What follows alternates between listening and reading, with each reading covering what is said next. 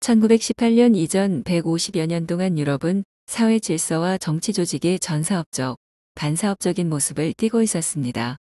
영국의 경우 중상주의 사회가 가장 강하게 뿌리내리고 가장 성공적으로 발달한 국가였습니다. 신사계급이 노동자와 고용주를 지배하는 형태였고, 이때 신사계급의 제조업은 포함되지 않습니다. 이런 형태 속에서 산업 집단은 신사계급의 통제에 만족했던 것처럼 보였습니다. 프랑스의 경우 과거 프랑스에게 큰 매력을 제공한 요소들이 있었는데, 그것이 바로 사회적 이상의 일관성, 균형, 존엄, 휴머니즘입니다. 때문에 이는 부르주아 계층이 발달했지만 산업 노동자에게 사회적 지위와 기능을 제공하지 못한 원인이 됩니다. 1918년 이후 산업이 급속도로 팽창하며 중상주의적 신념과 산업적 현실 사이의 갈등이 심화되었습니다. 또한 실제적 사회적 정치적 결정이 급속하게 경영자에게 맡겨지게 되었습니다. 하지만 경영자의 힘에는 여전히 기반이 존재하지 않았으며 전체 국가의 가치 신념에 상반되는 힘이었습니다. 프러시아의 경우 단일한 중상주의 사회를 발전시키지 않았습니다. 이상적인 사회 형태와 지배적인 사회 질서는 중상주의였지만 정치적인 권력을 가진 세력은 반중상주의, 즉 프로이센의 지배 계급을 형성한 보수적인 지주 귀족인 융커였습니다. 융커와 자유주의적 도시 중산층 사이의 적대주의는 이후 독일의 발전에 영향을 미치게 됩니다. 미국의 경우는 유럽의 여건과는 근본적으로 달랐습니다. 도시와 농촌 간의 갈등이 없고 전사업적 지배계급 역시 존재하지 않았습니다. 따라서 언뜻 보기에 산업사회로의 이해에 성공한 듯 보였습니다. 하지만 사회적 이상과 신념의 특징이 정치적 사고에서 프론티어가 가장 중요한 핵심을 차지한다는 것이었습니다. 이 특징은 사회의 기능적인 조직을 거부하는 전산업, 반산업적 특징이라고 할 수 있습니다. 시장의 정당한 힘은 곧 사회 지배의 결정적인 힘입니다. 이 힘의 기초가 되는 핵심 요소는 바로 재산입니다. 과거의 재산은 사회적 지위와 질서의 결과물이었지만 중상주의 사회에서의 재산은 사회적 지위의 원인이었습니다. 즉, 개인의 재산권 행사를 통해 개인의 사회적 기능을 이해했습니다.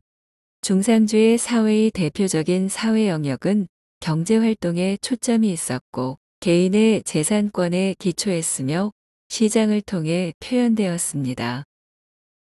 17세기 로크는 재산이 사회의 토대가 되며 사회적 권력에 정당성을 부여한다고 말했습니다.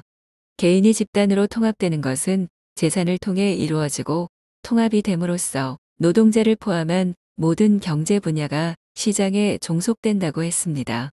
이는 곧 노동자가 사회적 지위와 기능을 가질 수 있음을 보여줍니다. 시장 안에 있는 사회 권력 조직은 가장 중요하고 또 이해하기 어려운 것 중 하나입니다. 통제가 정치적 지배와 동일할 때 시장 안에 있는 사회 권력 조직은 통제 및 지배가 존재하지 않습니다. 시장에서 발생한 그 자체로 정당한 권력과 정치적 지배는 그 목적과 도구가 독립적입니다. 즉, 자유방임은 정부가 통제에 관한 기능적인 부분을 준수하라는 명령이며 시장 통제를 반대하는 것이 아니라 오히려 시장 통제의 발전을 요구한다고 봐야 합니다. 정부는 시장을 보호하고 시장은 정치적 지배와 거리를 두기 위해 정치 조직을 발전시킵니다. 그중 가장 강력한 것이 바로 근본이제입니다. 근본이제란 화폐의 신용을 국제무역의 규칙에 종속시키는 것을 말합니다. 근본이제는 부담이 되었을 수도 있지만 산업 시스템에 대한 시장의 우월성을 확립하고 정치적 지배와 사회를 양립함으로써 정치적 자유를 확립시킵니다. 이후 정치적 자유를 확립시킨 이 양립이 붕괴되며 화폐와 신용이 산업 생산에 종속되게 되고 이는 역동적인 진용 정책 발전의 결정적 단계이자 근본적인 변화라고 볼 수 있습니다. 18세기 후반의 사업체제는 기능적인 산업사회를 창출하기 못했습니다. 대부분의 학자들이 산업에 대해 적대적이었고 언급 역시 거의 없었습니다. 1830년 산업적 대공황기에 들어서야 최초로 산업 시스템이 새로운 요소로 인식되기 시작했습니다. 19세기 말이 되었을 때 산업사회의 문제점이 인식되었고 브룩스, 헨리 애덤스, 독일의 학문적 사회주의자들이 이에 대해 연구했습니다. 이들은 그들의 시대가 산업적 현실을 약간 포함한 중상주의 사회라는 것을 깨달은 사람들이었습니다. 중상주의 사회조직과 산업적 현실의 충돌은 자유무역이라 불리는 국제분업이론과 독점이론에서 분명하게 드러났습니다. 두 이론 모두 전사업적 가정하에서 타당성을 가졌습니다. 이는 중상주의 사회가 시장 밖에 존재하는 여러 사회적 정치적 문제에 대해 무지하다는 것을 보여줍니다. 중상주의 사회의 가정을 산업 시스템의 현실로 대체하자마자 자유무역과 전통적인 독점이론은 무의미하게 되었습니다. 산업 시스템의 생산은 상호 보완적이지 않고 오히려 경쟁적입니다.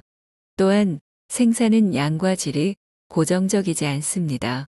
산업 시스템 조건하에서 자유무역은 약한 국가를 희생시키고 최강국을 계속 부유하게 만드는 이론이 되었고 독점 이론은 상황에 맞지 않는 불합리한 이론이 되었습니다.